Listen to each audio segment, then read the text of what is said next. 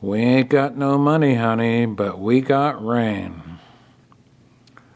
Call it the greenhouse effect or whatever, but it just doesn't rain like it used to.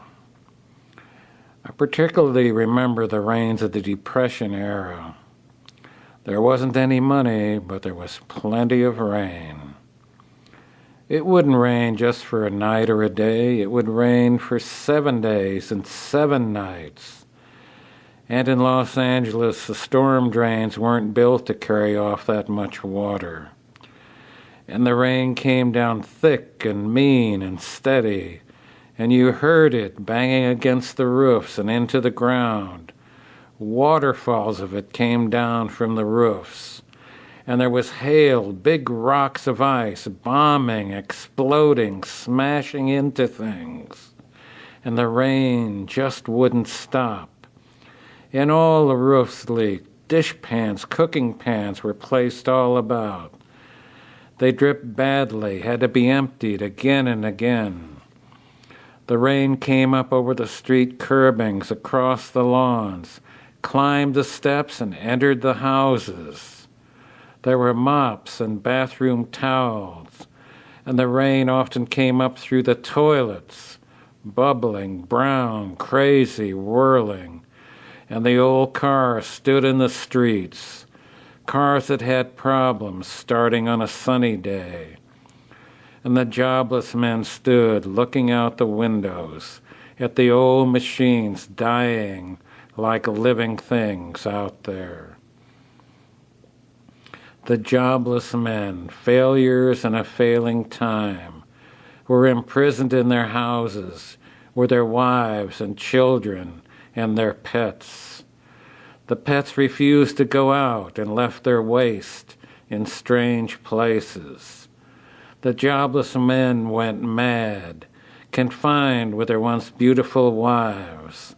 There were terrible arguments as notice of foreclosure fell into the mailbox. Rain and hail, cans of beans, bread without butter, fried eggs, boiled eggs, poached eggs, peanut butter sandwiches, and an invisible chicken in every pot. My father, never a good man at best, beat my mother when it rained, as I threw myself between them, the legs, the knees, the screams, until they separated. "I'll kill you," I screamed at him. "You hit her again and I'll kill you. Get that son of a bitchin' kid out of here. No, Henry, you stay with your mother." All the households were under siege, but I believe that ours held more terror than the average. And at night, as we attempted to sleep, the rain still came down, and it was in bed in the dark, watching the moon against the scarred window so bravely holding out most of the rain. I thought of Noah and the ark. And I thought, it has come again. We all thought that. And then at once it would stop. And it always seemed to stop around 5 or 6 a.m. Peaceful then, but not an exact silence because things continued to drip, drip, drip. And there was no smog then, and by 8 a.m. there was a blazing yellow sunlight, Van Gogh yellow, crazy, blinding. And then the roof drains, relieved of the rush of water, began to expand in the warmth. Pang, pang, pang. And everybody got up and looked outside, and there were all the lawns still soaked, greener than green will ever be. And there were the birds on the lawn, chirping like mad. They hadn't eaten decently for 7 days and 7 nights, and they were weary of berries. And they waited as the worms rose to the top, half-drowned worms. The birds plucked them up and gobbled them down. There were blackbirds and sparrows. The blackbirds tried to drive the sparrows off. But the sparrows, maddened with hunger, smaller and quicker, got their due. The men stood on their porches, smoking cigarettes, now knowing they'd have to go out there, to look for a job that probably wasn't there, to start that car that probably wouldn't start.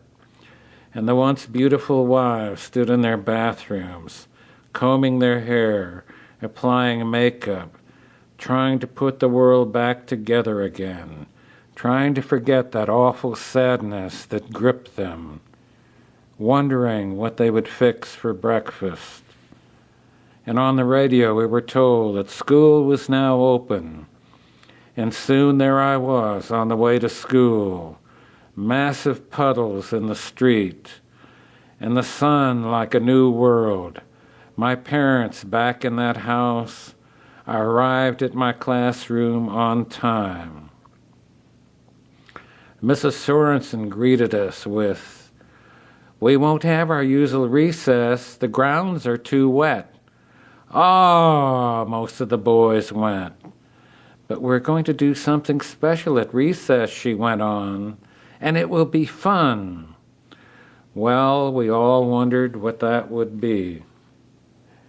And the 2-hour wait seemed a long time as Mrs. Sorensen went about teaching her lessons. I looked at the little girls. They all looked so pretty and clean and alert. They sat still and straight, and their hair was beautiful in the California sunshine.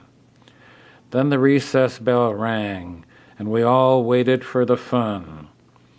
Then Mrs. Sorensen told us, "Now, what we're going to do is we're going to tell each other what we did during the rainstorm.